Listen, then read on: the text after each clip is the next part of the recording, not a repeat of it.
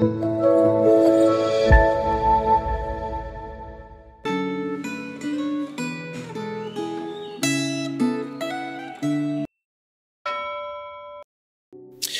Bapak Ibu Saudara sekalian, mari sebelum kita membaca firman Tuhan, kita memohon sekali lagi hikmat dari Tuhan dan kita berdoa.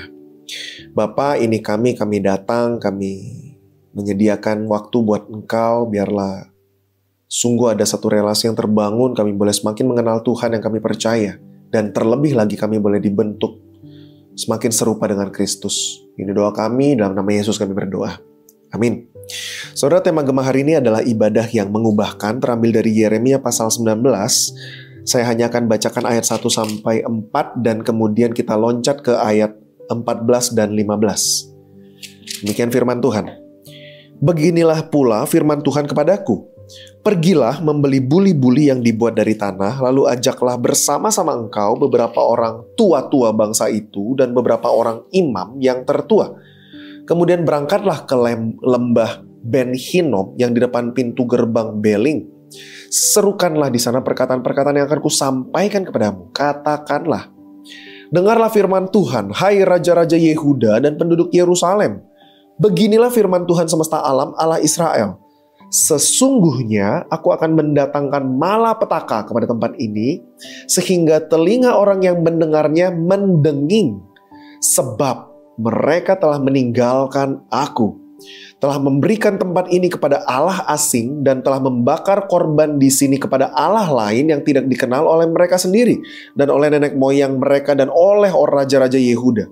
Mereka telah membuat tempat ini penuh dengan darah orang-orang yang tidak bersalah. Ayat 14. Ketika Yeremia pulang dari Tofet, ke mana Tuhan telah mengutusnya untuk bernubuat, berdirilah ia di pelataran rumah Tuhan dan berkata kepada segenap orang banyak, beginilah firman Tuhan semesta alam, Allah Israel. Sesungguhnya aku akan mendatangkan ke atas kota ini dan ke atas segala kota sekitarnya seluruh malapetaka yang telah kukatakan akan menimpa mereka. Sebab mereka berkeras kepala dan tidak mendengarkan perkataan-perkataanku. Sedemikian jauh pembacaan firman Tuhan. Saudara, kalau saudara ingat dalam harian Kompas tanggal 8 Maret 2025, terdapat sebuah artikel menarik dengan judul religius tetapi gemar korupsi. Apa yang salah? Artikel itu menyebutkan Indonesia termasuk dalam 10 besar negara dengan religiusitas tertinggi di dunia, taat dalam menjalankan perintah agama. Namun, untuk urusan korupsi, Indonesia juga termasuk dalam peringkat separuh terbawah dari 180 negara dengan indeks persepsi korupsi terendah. Meskipun semua agama melarang korupsi, mengapa ajaran agama tidak cukup kuat menahan perilaku korupsi dari umatnya? Tentu, isi berita ini patut menjadi perenungan kita. Jika agama tidak dapat mengubah kita, untuk apa kita beragama? Dalam bacaan Alkitab hari ini, Allah menyampaikan berita penghukuman kepada umat Tuhan yang telah meninggalkan Tuhan dan mencemarkan lembah Ben Hinnom dengan membakar kurban di sana kepada ilah-ilah lain yang tidak dikenal, baik mereka sendiri maupun nenek moyang mereka, bahkan raja-raja Yehuda tidak kenal. Umat Tuhan membuat tempat itu penuh dengan darah-darah orang tidak bersalah. Mereka mendirikan tempat pemujaan Baal dan membakar anak-anak mereka sebagai kurban bakaran kepada Baal. Saudara bisa baca di ayat 4-5. Padahal praktek membakar anak sebagai kurban tidak pernah diperintahkan dan tidak pernah timbul dari dalam hati Tuhan. Praktek pengorbanan anak adalah ritual yang menjijikkan dan dibenci Allah.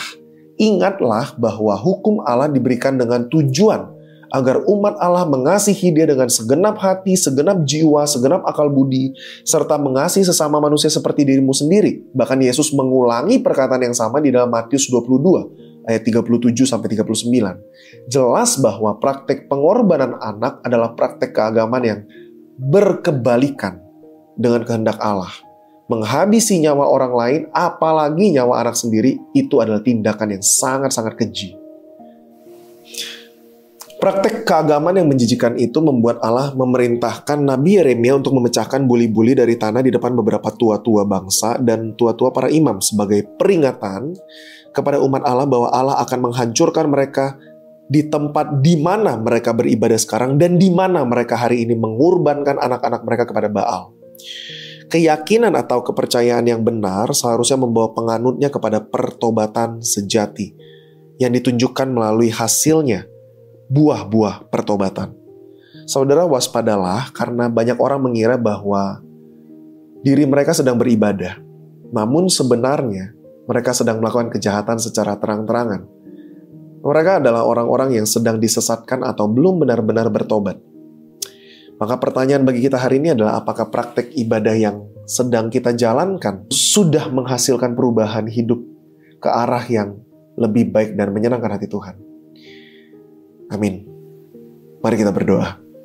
Bapa, kami bersyukur Tuhan, terima kasih Engkau mengingatkan kami bahwa ibadah kami bukan hanya rutinitas, tetapi sebuah ibadah yang seharusnya Tuhan hadir dan hati kami diubahkan.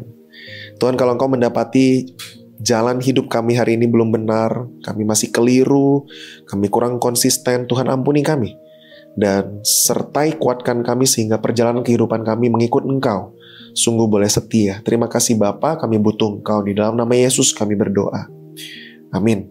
Tuhan memberkati Bapak Ibu Saudara sekalian.